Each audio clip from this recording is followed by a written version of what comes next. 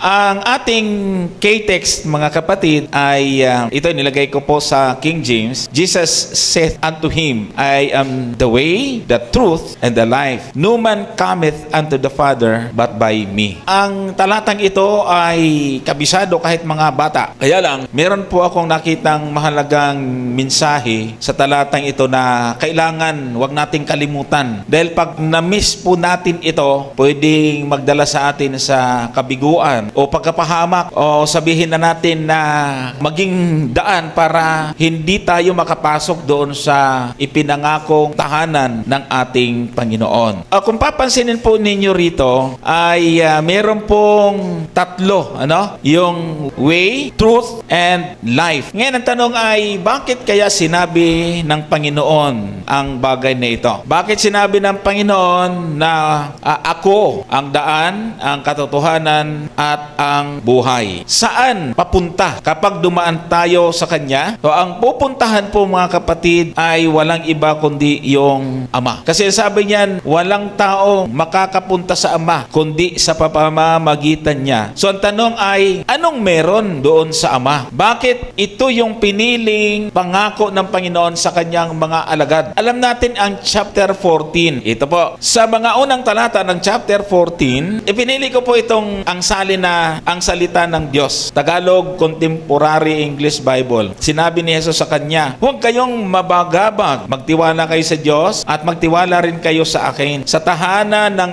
aking Ama ay maraming silid, maraming kwarto, Pupunta ako roon para ipaghanda kayo ng lugar. Hindi ko ito sasabihin kung hindi ito totoo. Ang ganda basahin itong salin na ito Talagang totoo. Hindi niya sasabihin to kung hindi totoo. Sabihin, totoo. Kapag naroon na ako at naipaghanda na kayo ng lugar, babalik ako at isasama ko kayo upang kung nasaan ako ay naroon din kayo. Ibig sabihin yung background, yung tinutukoy ng Panginoon, papunta doon sa inihanda niyang tahanan ay walang iba kundi siya din. Mga kapatid, tandaan natin walang ibang daan. Jesus, the only way. So nakita po natin ngayon dahilan kung bakit sinabi ng Panginoon siya ang tanging daan. Ano po bang ibig sabihin o ano pa yung nais ipakahulugan ng Panginoon sa pangakong ito? Ano yung reason? Reason why Jesus promised a home in the Father's house. A, to comfort His disciples' heart. Bakit? Ano po ba ang nararamdaman ng mga alagad sa panahong iyon? So kung pag-aaralan po natin, ang mga alagad ay nag-aalala, nababagabag po sila. At this time, the disciples were troubled because Jesus had just told them He would leave. Doon sa chapter 13, bago yung 14, the promise of a heavenly home was meant to give them peace and courage in the face of confusion and fear. So, merong dahilan. Bakit pinili ng Panginoon na gamitin yung lugar? At totoo naman, di naman niya sasabihin kung hindi totoo. Bakit kailangan doon siya mag-prepare ng tahanan? Pwede naman dito sa lupa. Kasi marami ngang naniniwala na hindi naman pupunta sa langit dito lang daw. So, ano po ang isang dahilan po rito? Kung babasahin natin, kasi nilagay po dyan yung 13:33, sulyapan na lang natin ito. Chapter 3, verse 33. Ang sabi po dyan, mga anak, kaunting panahon na lamang ninyo akong makakasama. Hahanapin ninyo ako, ngunit sinasabi ko sa inyo ngayon, ang sinabi ko noon sa mga Hudyo, hindi kayo makakapunta sa pupuntahan ko. So, nakasama ng mga alagad ng ating Panginoon, nag-enjoy at masaya sila, nakasama yung Panginoon. At nang sabihin ng Panginoon na aalis siya, kaunting panahon na lamang na makakasama siya ng mga alagad. Tas hahanapin siya nito, pero ang sabi niya, sinasabi ko sa inyo, na sinabi rin niya sa mga Hudyo, hindi kayo makakapunta sa pupuntahan ko. Malabo pala Kaya nung sabihin ito ng Panginoon sa mga alagad, may pupuntahan ako, hindi kayo makakapunta. Doon sa chapter 14, sinabi niya, makakapunta naman pala, pero walang ibang daan kundi sa pamamagitan niya. So, ibig po sabihin, mga kapatid, mayroong dahilan kung bakit. Tingnan po ninyo, to teach them that heaven is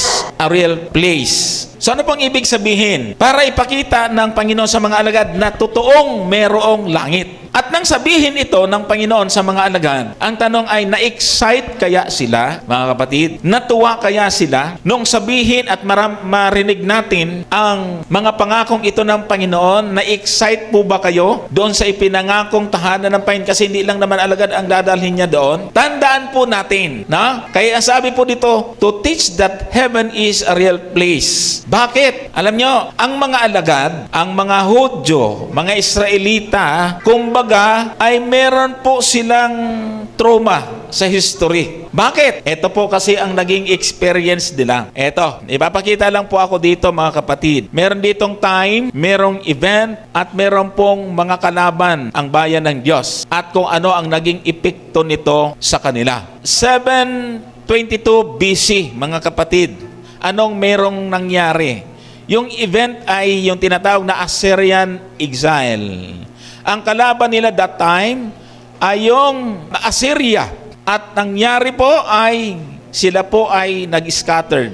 Yung 10 tribes of Israel. Kaya nahiwalay yung dalawa. At 586 BC ay yung tinatawag nating Babylonian exile. Ang kalaban siyempre yung Babylon. Pinag-aralan natin sa Sabbath School lesson kanina. Captivity of Judah at destruction of the temple. Kaya meron pong destruction ng templo, ang templo sa Jerusalem noon. Kaya nga doon sa ating lesson ay ginamit ng Panginoon ang isang pagano, si Ciro, pagaman siya ay pagano, pero siya ang ginamit ng Panginoon para maibalik ang bansa ng Jerusalem, para maitayo uli ito. So, ibig sabihin, naging masaklap na karanasan ito ng mga Hudyo. At ang mga alagad bilang lahi ng mga Hudyo at ang iba pang mga Israelita, nag-aabang doon sa tinatawag na Mesiyas. Ipinangakong Mesiyas. Yung inaasahan nila sa ipinangakong Mesiyas na darating, hari ng mga Hudyo, ay ipaghihiganti sila laban sa mga kalaban nila noon. Kaya nga,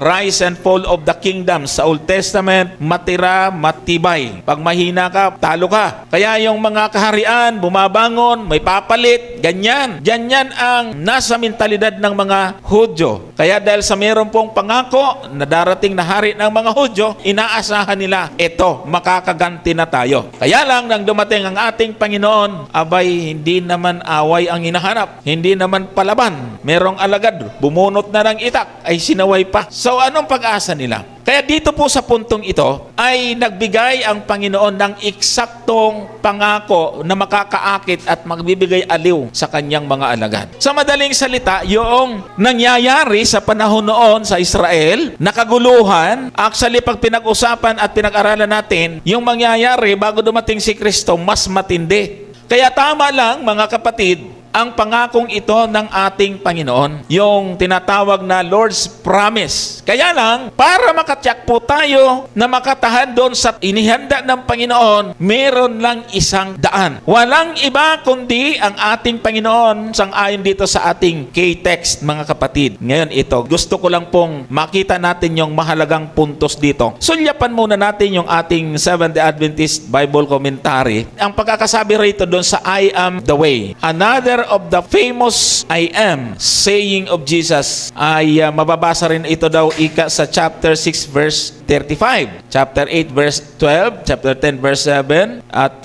11 verse 25. For the use of Christ is the way from earth to heaven. By his humanity, he touches the earth, and by his divinity, he touches heaven. He is the ladder connecting earth and heaven. Yan, mababasa rin yan natin sa Patriarchs and Prophets, page 184.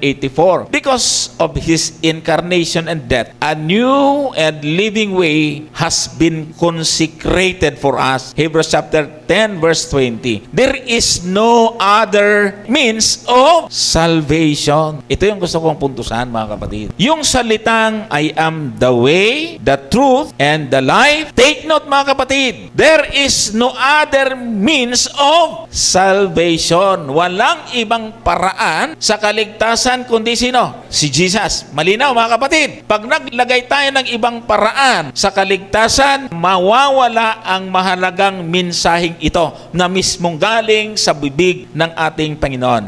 Sa atin bilang mananampalataya, mga kapatid, ang tanging buhay ay nasa ating Panginoon. Kung gusto po natin na makamit yung pangako ng ating Panginoon, huwag tayong titingin sa iba. Huwag tayong titingin sa pastor, sa elder, sa mga evangelist. Huwag natin sila titingnan. Wala sa kanila yung buhay na ipinangako ng ating Panginoon. Nasa Kanya lang. Kaya nga itinuturo sa atin, mga kapatid, na huwag tayong babaling sa iba. Huwag natin iwawala ang focus natin sa ating Panginoon. Once na ikaw ay tumingin sa kapwa mo tao, may kahinaan yan. Pag yan ay nagkasala o nagkamali, sira na rin ang iyong pananampalataya. Kaya, ipinapakita sa atin ng Panginoon dito yung napakahalaga. Kaya pupuntahan natin yung grammatical focus ng ating K-text. Ano ang ibig sabihin? Bakit ko ginamitan po ito ng grammatical formation at focus at saka exegesis? Dito po ay merong yung sa ating K-text ay meron pong tinatawag na definite article. Ano ang ibig sabihin pag definite article? Okay? Daan, maraming daan dyan. May daan tila matuwid. Pero pag sinabing the way, may definite article, iba yon. At hindi lang po yung way ang may definite article, the truth and the life. Bago yung definite article, ay naroon yung personal pronoun, I am. Ako. So, ibig pong sabihin, yung Savior, yung tagapagligtas, hindi doktrina, kundi persona. Kung i-exegete pala natin ito, mga kapatid. Kaya may definite article, ang tanging daan, persona. Meron ba sa inyo, mga kapatid, na kaya nangingili ng Sabat dahil iniisip doon siya maliligtas? Pag ganun, hindi po tama yun. Meron ba sa inyo na hindi kumakain ng baboy, nagsisikap para maligtas? Doktrina yan. Meron ba sa atin naniniwala ng 10 utos ang paraan para tayo maligtas? No way. Hindi totoo at mali po yon. Kaya nga, yung definite article ay malinaw. Yung way, yung truth. Pag may definite article yan, tumutuko yun sa persona, hindi sa doktrina. Malinaw po ba, mga kapatid? Huwag niyong mamisinterpret na baka ako'y sabihin, ay nagtuturo na hindi na mahalaga ang kautusan. Walang ganon. Nakikipagdebate kami. Ipinagtatanggol yung kautusan. Lahat ng doktrina natin. Pero, hindi tayo nagtuturo. Maliligtas ka sa doktrina. Bakit? Pwede ka naman, kabisado mo yung buong doktrina. Pero, garantiya na ba yon para maligtas? Lalo na, wala naman sa buhay. Doctrines or teaching are important, but they are not the way to salvation. Doctrine is used to explain the truth about Christ, but it is not a substitute for Christ Himself. Yung Adventist doctrine ay Christ-centered. Hindi siya mismo si Kristo. Pag nagsimula ka nagturo ng doktrina, ipakilala na si Kristo. Kalagitnaan ng doktrina, nakasentro kay Kristo. Conclusion, kay Kristo pa rin. Christ-centered. Kaya pinag-aaralan yung doktrina para ituro tayo kay Kristo. Iyon ang daan. Sino ho yung way? Si Jesus Christ. Pero tinuturo sa iyo ng doktrina paano pumunta kay Kristo. Pag na kay Kristo ka na, napakadali ang sumunod. Kasi in the context of love. Kaya kung meron po sa atin na nalilito yung ating pagiging masunurin at stricto sa pagsunod sa mga utos ay paraan sa kaligtasan, mali po yun ha. Yun po ay bunga ng kaligtasan. We must not think that our